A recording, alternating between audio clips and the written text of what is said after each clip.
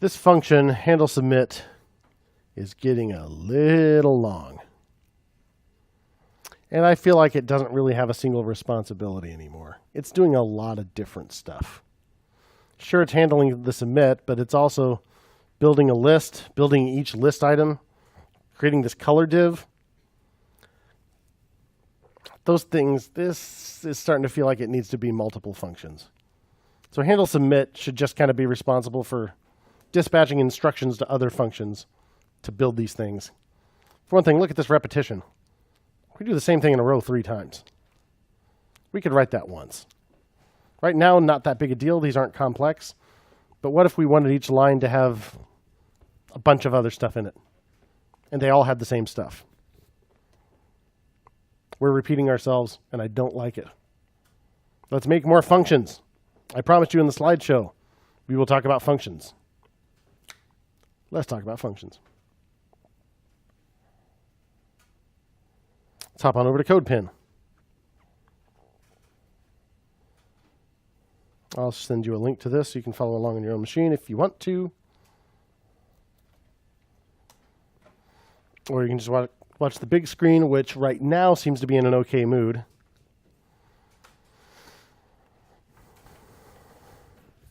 So I have a function. Say yeah. Yeah. Alert. Yeah. And I want to call it. Yeah. Totally works. What about... Could I put it up here? Could I call it up here? Yeah. Huh. Weird.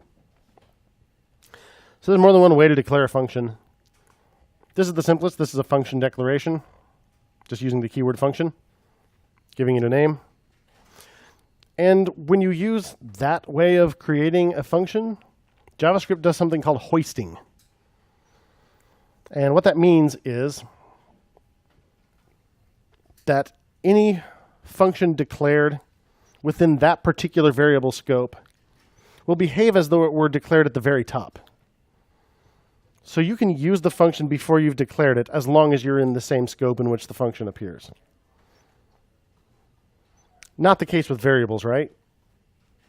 Let's take this out so it doesn't annoy me as I make changes. Let's make a variable const n equals 4 alert n. No. N is not defined, but nice try. I would have to do this afterward. I mean 4. So, okay. We said this was kind of like making a local variable named say yeah, right? And just setting it to a function. But when you use an actual function declaration like this, it's not quite the same thing. So what if we actually say const say yeah equals a function? Then can I use it up here?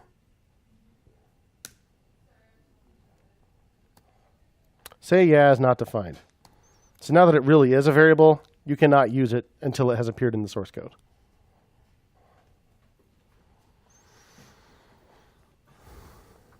So what if I do something like this?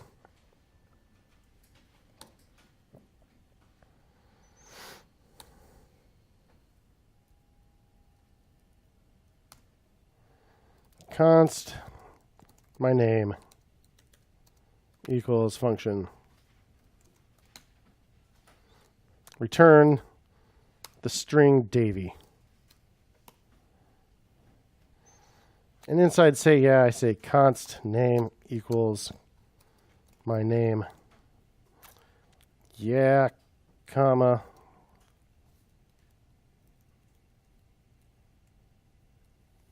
Oops.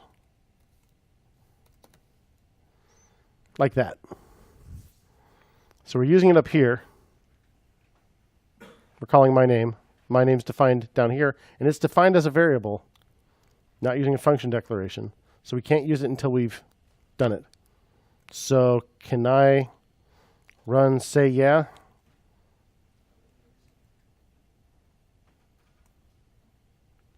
Yeah, baby. I sure can. Why? Because by the time I actually run say yeah, it is defined. So line 2 here never actually executes until we actually invoke the function, right? So by the time we actually run it, it's there. Am I right, or is that just a coincidence? What if I do it here?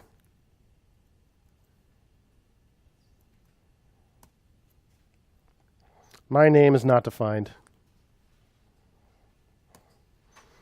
So when I run say yeah, as soon as we hit line 6, it runs this, and at that point, my name is not there.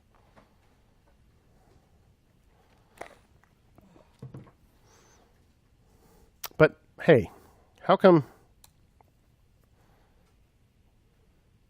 my name is a variable out here now, effectively, but I can use it in there? All right. Let's simplify this a little by not using a second function. Let's just say const name equals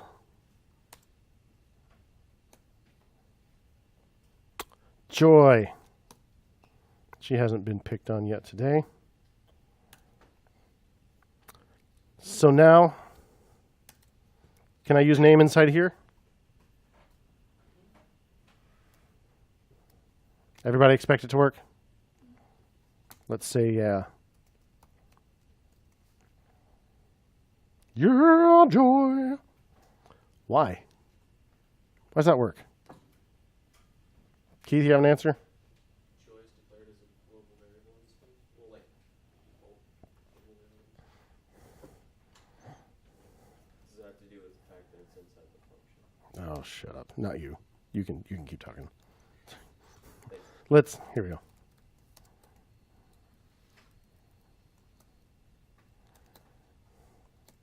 There. It's not global now. Does it still work?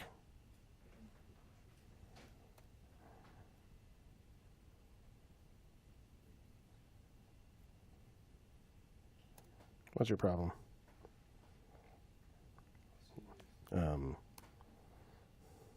Oh, I never ran this darn function.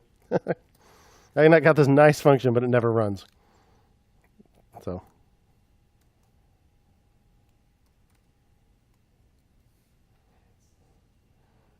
Yeah, don't worry about that syntax. I'm just creating a new variable scope. That's all I'm doing. Just so they're not global. But the point is, yeah, it works. So why does inside this function know about this variable? Yeah. Okay. What if...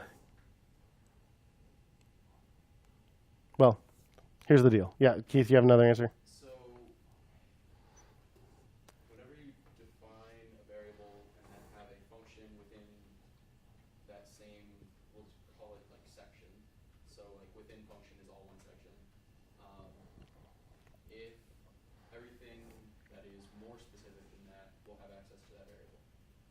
Okay. So, in other words, every time we start a new scope, essentially, right? Or start a new function,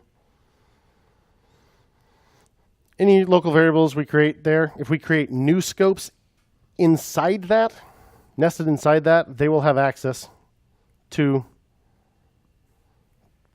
the enclosing scope. That's correct.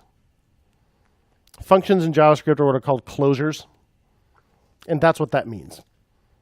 That means they inherit the enclosing variable scope. So variables declared inside their container are available inside the child function or wherever you've created a new local scope. Because this, say, yeah, can have its own local variables, right? I could say const, yeah.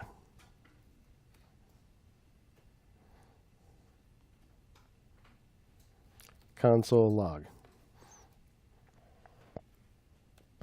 Const in equals 4. Can I get to 4 out here? Let's make sure I at least do it after I run, say, yeah.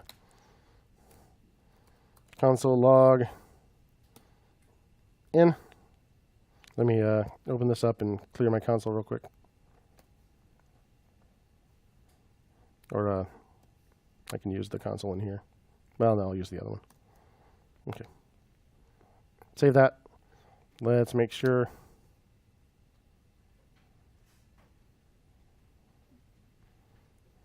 Run. There you go. Yeah, Joy. In is not defined. Right? So this new function does create a new scope, and any variables declared in there are not available outside. But stuff defined outside is available inside there. And no one was really surprised by that, right? This is something we kind of expect. But we've never really discussed why that works. And that's because of something called closure. So what about this? What if I don't say const? What if I just say n equals 4?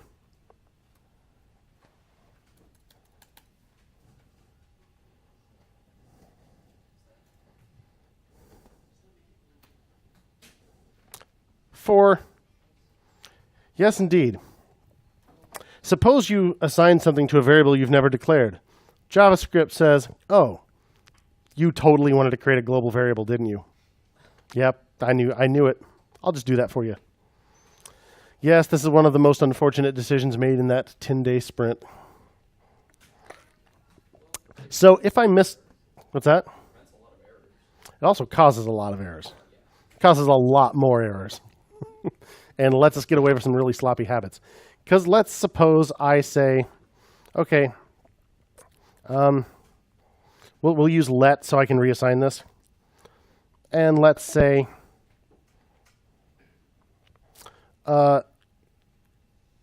name equals Lily. Guess what? I don't have an error. I totally have a variable named Namer now. Whenever this happens, it's virtually always an accident. It's because you made a typo typing the name. And it would be nice if it just said name error. But it doesn't. It just creates a new global variable.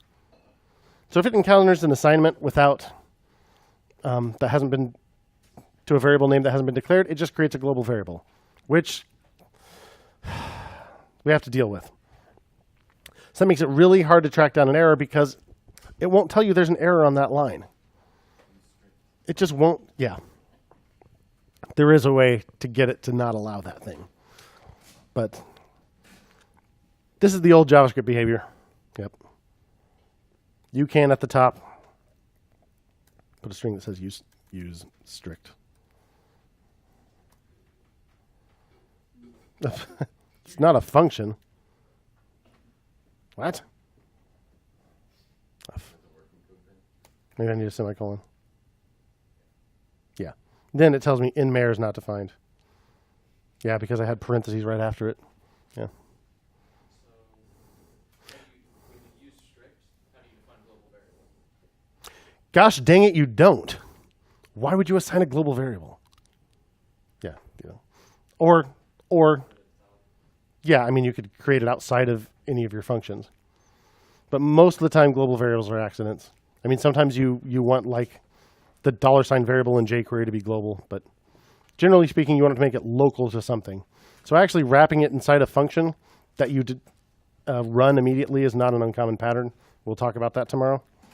But, yeah, use strict will disallow that unfortunate feature from even working. So what if I do say name equals Lily? I'm sorry. I remember. All L's and I's. What if I console log name here? What's it going to be?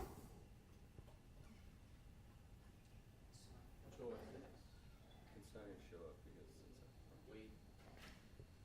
I think it's going to be joy. So the issue is, does it generate the name, the variable name equals joy, or in this case, let name equal joy, and then call the function? In this case, it will not. So we call the function. The question is then when this line runs, does it change this or does it create a new variable? It should change it. Indeed. It does. It changes it. When we get down here, name is not Joy anymore, it's Lily. Because name is in scope inside here, right? We've established that. We can get access to these things. So this won't declare a new variable. It'll reassign the one we have. They usually are a mistake then. Global variables are usually a mistake. This isn't global, right? This is local to this enclosing function. But yeah, it's not uncommon to want to get to that variable from in here. It is a little strange to reassign it. If I were to make this const instead of let, what would happen? Assignment to constant variable. Constant variable is kind of an oxymoron, but there you go. So that creates a problem. But since we used let and we are allowed to reassign it, it will totally do that. And it will change it out here too. Totally happens. Yeah. So if we're doing something like this, we should use let instead of var. The only reason we were doing that is because we're actually reassigning this. One good reason to get in the habit of const instead of let is often reassigning is kind of a, I don't want to use super jargony words like code smell, but usually it could be written some other way that would be a little clearer. Because, I mean, you did have to look in this and say, no, wait a minute, what's it going to do here, right? So sometimes you want to make a copy of the thing, make a new string out of it or something like that, or make an entirely new variable. Sometimes you really do want to reassign, in which case, yeah, you would use let instead of const. But get in the habit of using const nearly all the time, and it'll kind of force you to adopt some better habits anyway. Why on earth we would really want to change this in here, I don't know. I mean, you could always make a new variable instead. But, yeah. Do you have a question? The thing I can think of is, for like the common one is if you have like, for example, like an answer to within the function that's conditional. So if you have a loop that has if statements where if this condition is met at a certain point, the answer becomes this, and then you return the answer. Okay. Yeah, so you initialize a variable, then you do something that sets it, right? So, yeah. So speaking of loops and ifs, which you happen to bring up so thoughtfully for this nice segue, what about this?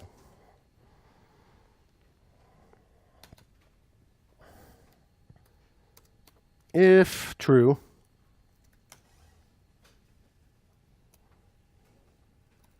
const x equals 90.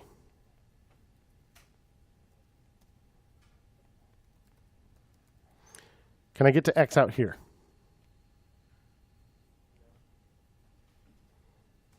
The question being, does an if create a new variable scope or only functions?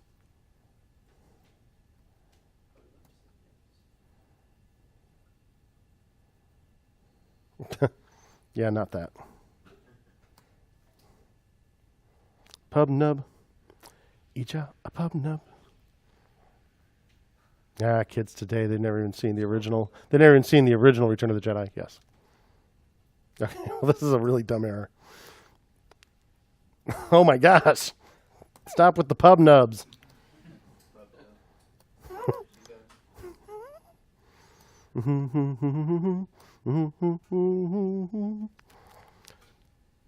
The answer is This will not be defined here. It does create a new scope. This is the difference between var and let and const. With let and const, we have lexical scoping. Var, the only time a new variable scope is created is a function. Other kinds of blocks, like loops and ifs, do not create new variable scope. So if I said var x equals 90, console log x, 90. Perfectly happy to do that. I don't like var. It doesn't really seem right. You expect that to have its own variable scope. It does in most languages. So we just say no more var. We're not using it because it gives you unintentional results, unintended consequences, unexpected behavior too often. So we're just going to use let and const and get used to the idea that we create lexical scope. So if I declare a variable inside an if block or inside a for loop, that is local to that loop or that block. Yeah. What if you reassigned it? Like you did let x equal something outside and then reassigned it in the if segment.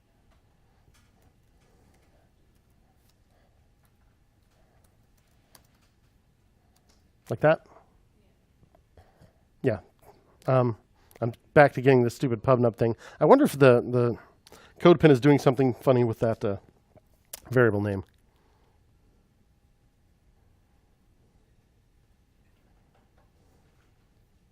Oh my gosh. Holy smokes.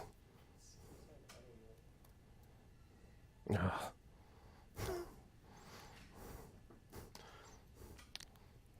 Take my word for it. So this is just like what we did up here with join Lily, right? So this is going to change it to 90 because this also encloses this scope. This has access to variables that were outside the if, right? So yeah, it'll change it. It'll change the original.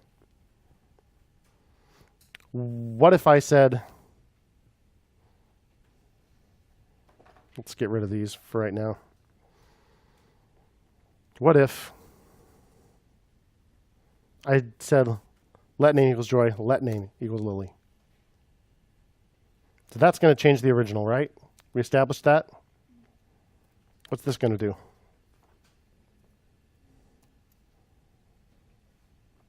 Now it's Joy. So this does create a brand new local variable that is local to this function instead of changing the original. I just lost access to the original because I reused the same name, but oh well. You dig? Fun times, fun times.